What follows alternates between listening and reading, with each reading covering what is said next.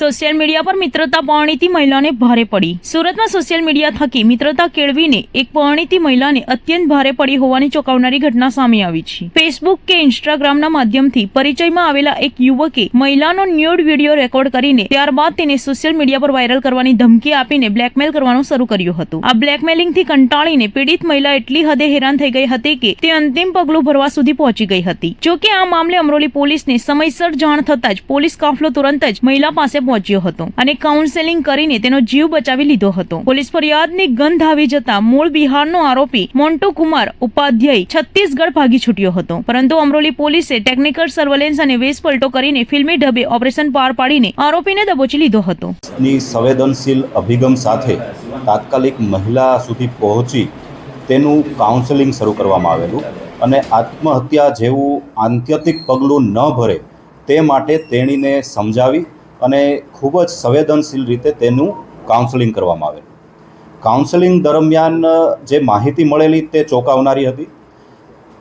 જે પરિણીત મહિલા છે તેને બિહારના સિવાનના એક મોન્ટુ ઉપાધ્યાય નામના વ્યક્તિ સાથે ઇન્સ્ટાગ્રામ પર પરિચય થયેલો અને ઇન્સ્ટાગ્રામ પર મહિલાને ફોસલાવીને કેટલાક અભદ્ર વિડીયોનું સ્ક્રીન રેકોર્ડિંગ તેના દ્વારા કરી લેવામાં આવેલું અને આ રેકોર્ડિંગને તેના સગાવાલા અને પતિ સુધી પહોંચાડી અને આ મહિલા પાસેથી અન્ય માગણીઓ તેના દ્વારા શરૂ કરવામાં આવેલી। આ ઘટનાથી ગભરાઈને મહિલાએ આત્મહત્યા સુધીની આત્યંતિક પગલું ભરવા માટેની તૈયારી કરેલી, પરંતુ પોલીસ સુધી આ મામલો આ રીતે પહોંચતા કાયદેસરની કાર્યવાહી કરી FIR દાખલ કરવામાં આવેલી અને આરોપીને ઝડપી પાડવા માટે અમરોલી પોલીસના ડી સ્ટાફના સિલેક્ટ કરેલા કોન્સ્ટેબલરી સ્ટાફને મોકલવામાં આવેલા। શરૂઆતમાં બિહારમાં સિવાન ખાતે અને તેની આસપાસના સ્થળે અમરોલી પોલીસની ટીમ દ્વારા તપાસ કરવામાં આવેલી।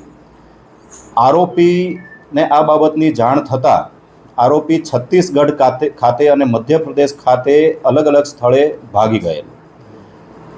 અમરોલી પોલીસની આ ટીમ દ્વારા છત્તીસગઢના એક વિસ્તારમાં આરોપી હોવાની માહિતી મળતા ત્યાં વેશપલટો કરી એક તળાવના કાંઠે 4 દિવસ સુધી વેશપલટો કરી અને પડ્યા પાથર્યા રહેલા અને હ્યુમન ઇન્ટેલિજન્સ અને ટેકનિકલ સર્વેલન્સના કોમ્બિનેશનના આધારે આરોપીની ધરપકડ કરેલ છે।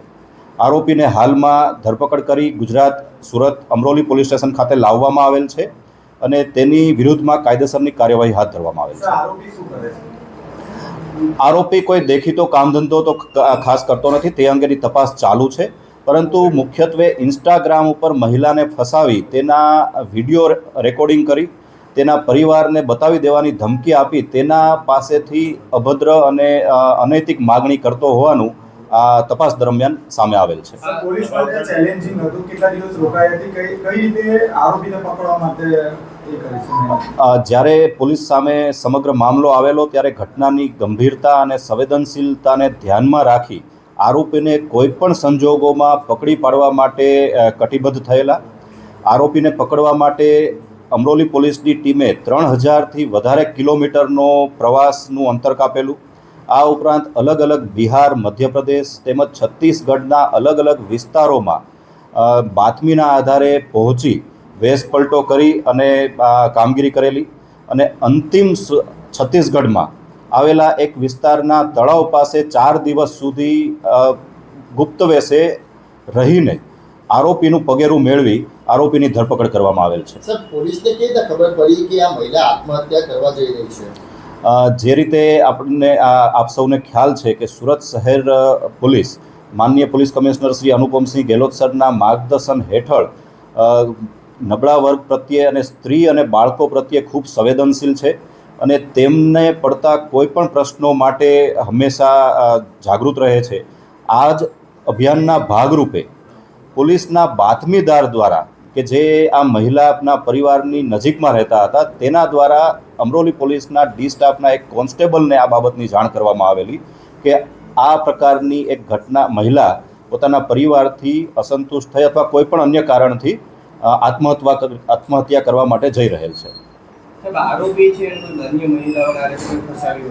એ બાબતની તપાસ હાલમાં ચાલુ છે। આરોપીને બિહાર અને છત્તીસગઢ ખાતેથી સુરતમાં હાલમાં લાવવામાં આવેલ છે અને તેની અટકાયત કરી આગળની પૂછપરછ ચાલુ છે. સર, કેટલું ચેતવણીરૂપ કિસ્સો, કારણ કે એક મહિલા કોઈ અજાણ્યા પર વિશ્વાસ કરે છે એની સોશિયલ મીડિયાના મારફતે. આ એક ખૂબ જ ચોંકાવનારો કિસ્સો પણ કહી શકાય અને આ બાબતમાં તમામ લોકોએ, ખાસ કરીને મહિલાઓ તથા બાળકોએ પણ ખૂબ સાવચેતીરૂપ સોશિયલ મીડિયાનો ઉપયોગ કરવો જરૂરી છે. તે અંગે પણ આ કિસ્સો એક ધ્યાનાકર્ષક કહી શકાય.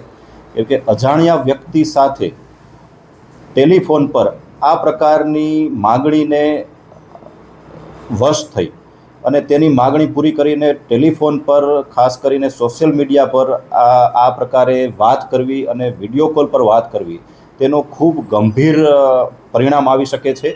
તે પણ આ કિસ્સા દ્વારા જાણી શકાય છે. Okay sir,